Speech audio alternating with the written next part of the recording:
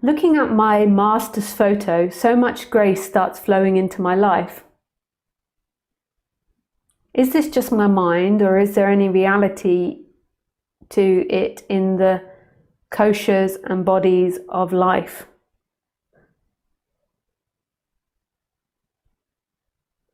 Looking at my master's photos makes my life so effortless and beautiful. It is like miraculous love starts to flow between me and others, and beautiful energies start flowing in all concerns of my life.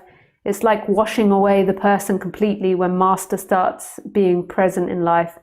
It's like I don't exist anymore. Something is happening, but there is no me anymore, and things are happening all by themselves without me being a part of it. Nice. You know, I'm not into that master thing too much, like looking into the master's eyes and things start happening. But I understand that some people have this big sense of devotion, and at first they have to start seeing it in somebody else. They can't fully embody it as themselves, so they project it onto the master or the teacher.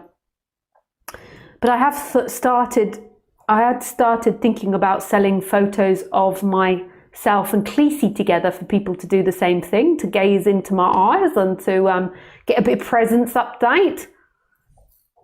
I'm just joking, because I'm trying, there's a part of me that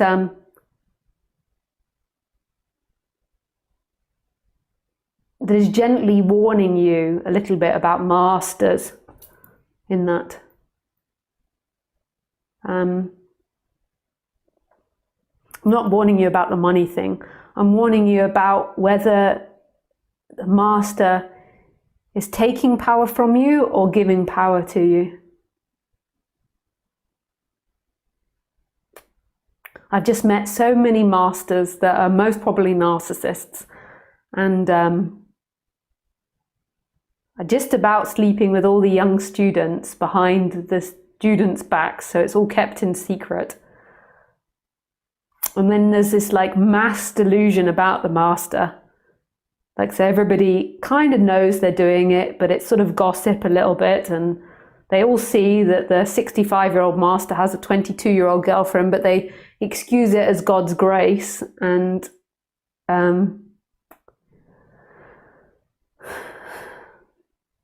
I think that if you've got a master that's doing that, that's okay, but just be aware of it. Like, on the human level, humans are humans. And when you're waking up, you become so sensitive, and you so easily want to personify God onto a human form, and that's a dangerous great game. And if the teacher's taking that on board and letting you think that they're some form of God and they're going to save you, then I don't know. I'm a little bit old school like that, you know. I'm a little bit like, but if it's making your life better at the same time,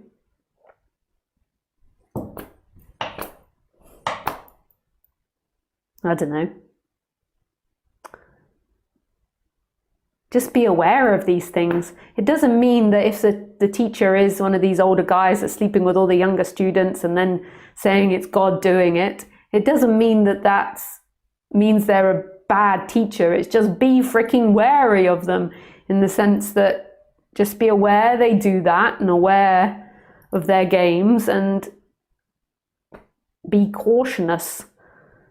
But if you feel that that's really working for you, that's beautiful, but it's ultimately you. You don't need to give your power away to the master and say it's the master. It's you. You are the master, but not you as a person. Not you as a person, you as everything.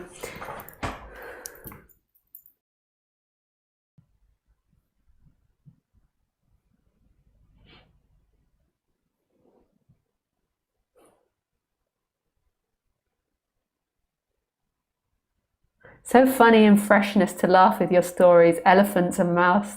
Lots of love and joy. Hey Edith. I'm sorry I speak so fast today, Edith. I have so much compassion. As you know, I'm learning French, and I'm really getting a dose of my own medicine, because my God, do the French speak quick. And I'm really trying my best, but I think I've got it, and then I go in and then I'm like, so I've been really speaking fast today, so I apologize for people, because lots of people ask me to speak slower. I just get excited and carried away, but now I'm getting my karma for it. The French speak incredibly fast. I think they speak faster than the English. I can't even make out the sounds sometimes. It sounds like lots of V's. The French have a lot of V's in their language.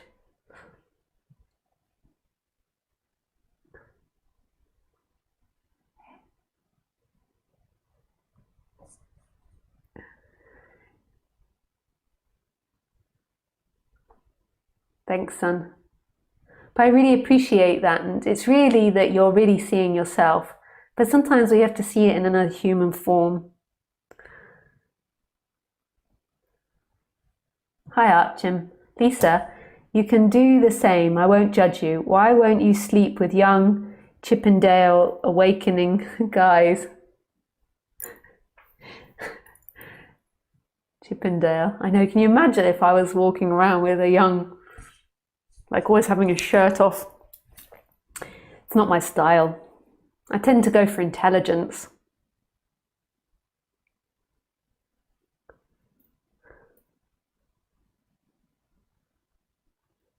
And humour, but intelligence predominantly.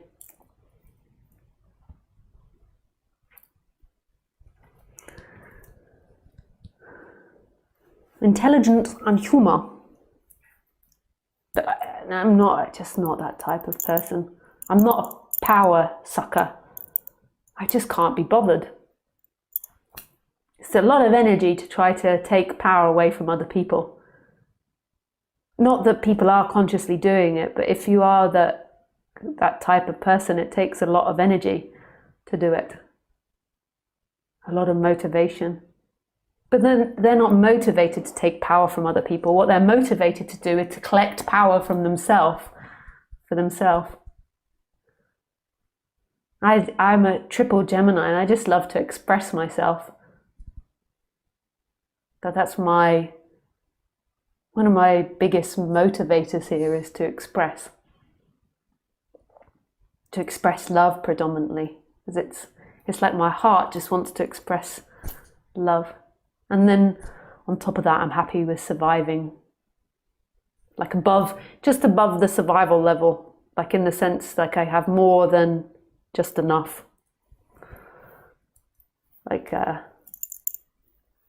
So I'm not like constantly fighting to try and get food, but I have just a bit more than enough. That's good for me. That's the amount of work I like. If you begin to have more than that, then you have to put a lot of effort into looking after all your things and moving them from one place to the other and making sure they're safe. And so I'm happy with that. I get to express my love, and I get enough money to eat and to be warm and to dress myself, to go out for dinner every so often. That's paradise. To walk my dog, to play.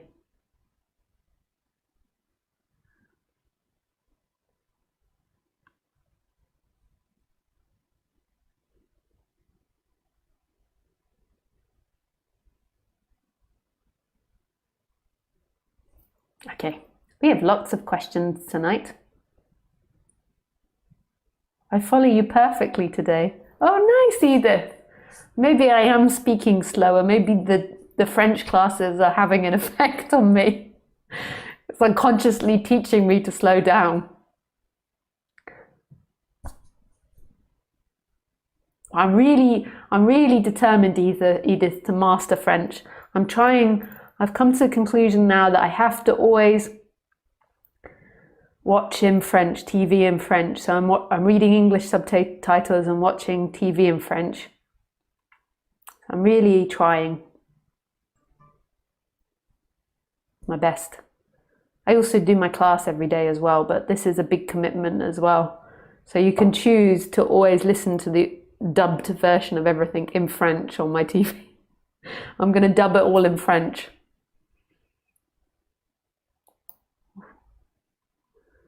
Or try to.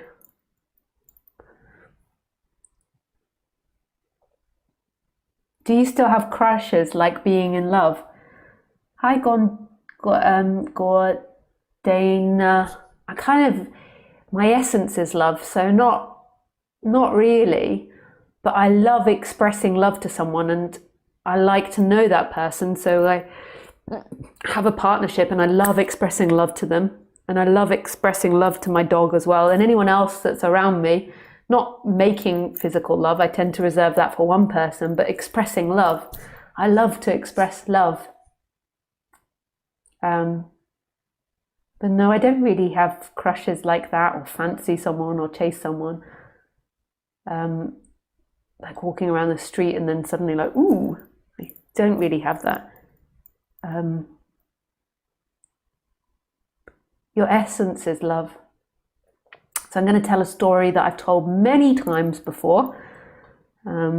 Is that when I was about 12 or 13 or 14, I can't remember the age, but all my girlfriends started talking about boys, and I started doing this practice, and boyfriends, and I started doing this practice, and I wasn't aware that it was a practice, but I started listening to romantic music and imagining the perfect boyfriend, and I'd be so in love with this boyfriend. So I'd just be sitting listening to the music, and I'd become so in love with this boyfriend that I made up in my head. I could imagine the date we went on, the clothes we dressed in, what we did, how he made me feel, what he said, what I said. And it was so beautiful. And then eventually it's like my energy would rise and rise, and then there would just be love. It's just this immense love. And then after doing this for long periods, like many times, I used to do this all the time. It was like one of my favorite things to do, is go and listen to music and imagine being in love. And then I began to realize that it was all happening in my head. I was producing everything.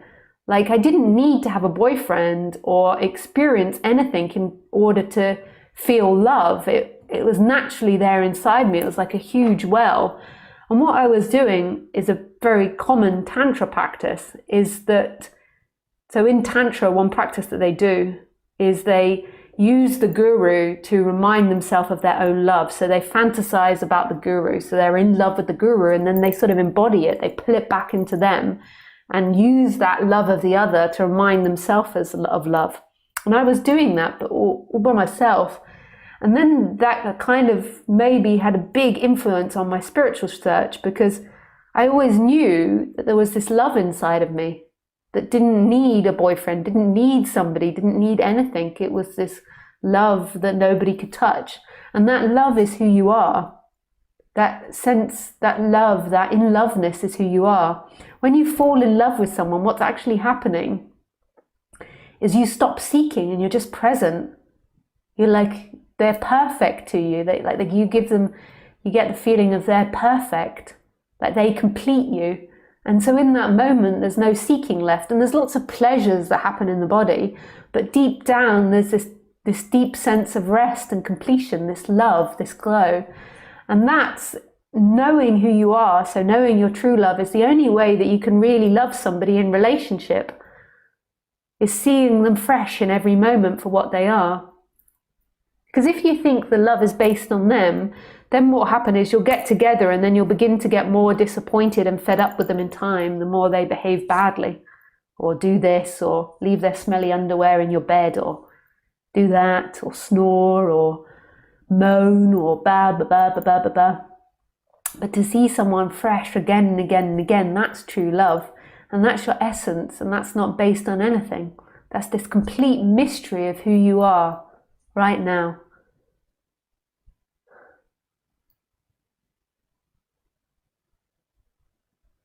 Yeah.